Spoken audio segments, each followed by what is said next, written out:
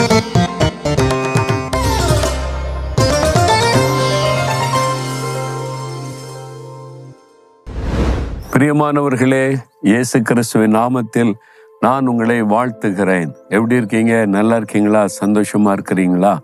நீங்க எப்பவுமே சந்தோஷமா இருக்கணும், சரியா? ஆண்டவர் எல்லா நாளும் ஒரே மாதிரி பேச மாட்டார். சில நாள் கடினமா பேசுவாரு, சில நாள் இதை செஞ்சுதான் ஆகணும்னு சொல்லுவாரு, சில சமயத்துல இதை விட்டு விலகுன்னு சொல்லுவாரு, சில சமயத்துல வாக்குத்தத்தம் கொடுப்பாரு. விதவிதமா தானே பேசுவாரு. ஒரு தகப்பன் பிள்ளைகிட்ட எப்பவுமே குஞ்சிக்கிட்டு இருப்பாங்களா? கண்டிப்பாவும் இருக்கணும்ல. அவங்க தானே உண்மையான தகப்பன். இயேசு உண்மையான நல்ல தகப்பன். அவர் உங்களை ரொம்ப நேசிக்கிறார். என் பிள்ளைங்க சந்தோஷமா இருக்கணும், அதே சமயத்துல அவங்க பரலோக ராஜ்யத்துக்கு வரணும், அதை இழந்துடக்கூடாது என்பதில் கவனம் செலுத்துகிற நல்ல தகப்பன். அதனாலதான் கண்டிப்பாவும் பேசுவாரு, ஆலோசனை தருவார். இன்றைக்கு கூட பாருங்களேன், 1 நாளாகமம் 4ஆம் அதிகாரத்துல 10ஆம் வசனத்துல ஒரு யாபேஸ் என்கிற ஒரு தம்பி, அவன் ஜெபம் பண்றான். ஒரு வாலிப தம்பி ஜெபம் பண்றான். ஆண்டவர்கிட்ட பல விண்ணப்பத்தை வைக்கிறான். அதுல ஒன்று, தீங்கு என்னை துக்கப்படுத்தாதபடிக்கு அதற்கு என்னை விலக்கி காத்திரணும். ஆண்டவர் அவன் வேண்டிக் கொண்டதை அருளி செய்தார் அப்படின்னு இருக்குது. நீங்க வேண்டிக் கொள்றதை உங்களுக்கு அருளி செய்வார். தீங்கு என்னை துக்கப்படுத்தாதபடிக்கு விலக்கி காத்து கொள்ளும் ஆண்டவரே. நம்முடைய வாழ்க்கையில பாருங்களேன், அனுதினமும் நம்ம துக்கப்படுத்துகிற காரியத்தை செய்வதில் நம்முடைய எதிராளியாகிய பிசாசு கவனமா இருக்கிறான். எப்படியாவது உங்களை துக்கப்படுத்தணும். ஆண்டவர் எப்படியாவது உங்களை சந்தோஷமா வைக்கணும்னு விரும்புகிறார். என் பிள்ளைங்க சந்தோஷமா இருக்கணும்னு. சாத்தான் ஆப்போசிட்டா நினைக்கிறவன். அவங்களை துக்கப்படுத்தணும், எப்படியா துக்கப்படுத்தணும், குடும்பத்துல பிரச்சனை உண்டாக்கணும், வியாதியை கொண்டு வரணும், நஷ்டத்தை உண்டாக்கணும், இழப்பை உண்டாக்கணும், பொல்லாத மனிதர்களை வச்சு காயப்படுத்தணும், உங்களை துக்கப்படுத்தணும்னு அவன் ரொம்ப தீவிரமா இருக்கிறான். ஏதாவது ஒரு தீமை கொண்டு வர நினைக்கிறான். ஆனா நீங்க தினமும் என்ன ஜெபிக்கலாம்? ஆண்டவரே, இன்றைக்கு தீங்கு என்னை துக்கப்படுத்தாதபடி அதுக்கு விலக்கி காத்தரலும். நீங்க ஜெபிச்சுட்டா சாத்தான் தீங்கு கொண்டு வரவே முடியாது. உங்களுடைய ஜெபம் உங்களை வேலி அடைத்து பாதுகாக்கும். அதனாலதான் ஆண்டவர் ஜெபிக்க சொல்லுகிறார். அவன் வேண்டிக் கொண்டதை கர்த்தர் அருளி செய்தார். அப்ப நீங்க வேண்டிக் கொள்ளுகிறதை கட்டாயம் அருளி செய்வார்.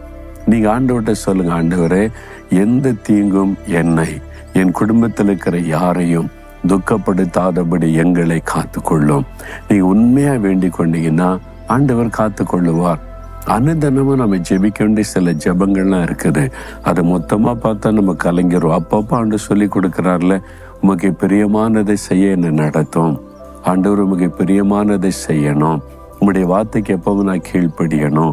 உங்களை எப்பவுமே நான் சந்தோஷப்படுத்துகிறபடி ஒரு வாழ்க்கை வாழணும். அதே மாதிரி தீங்கு என்னை துக்கப்படுத்தாதபடி நீங்க என்னை காத்து கொள்ளுங்க. சரியான வழியில நடக்க எனக்கு உதவி செய்யுங்க. இந்த தீமையான காரியத்தை எப்படி மேற்கொள்ளுகிறது எனக்கு உதவி செய்யுங்க. ஒவ்வொரு ஜெபத்தையும் ஆண்டவர் கவனமாய் கேட்டு அந்த ஜெபத்துக்கு பதில் தருவார்.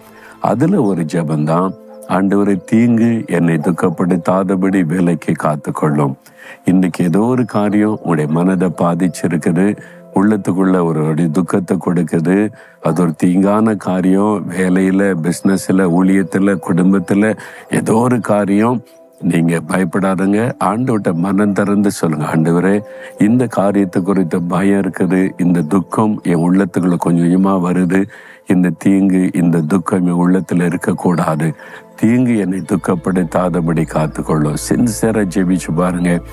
ஏன் தெரியுமா? அவர் சிலுவையில உங்களுடைய துக்கங்களை சுமந்தார்.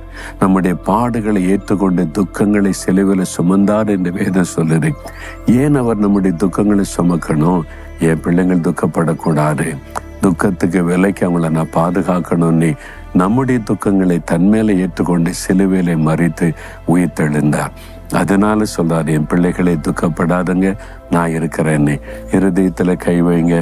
ஆண்டவரே, தீங்கு என்னை, எங்களை துக்கப்படுத்தாதபடி அதற்கு விலக்கி என்னை, எங்களை காத்து கொள்ளும்.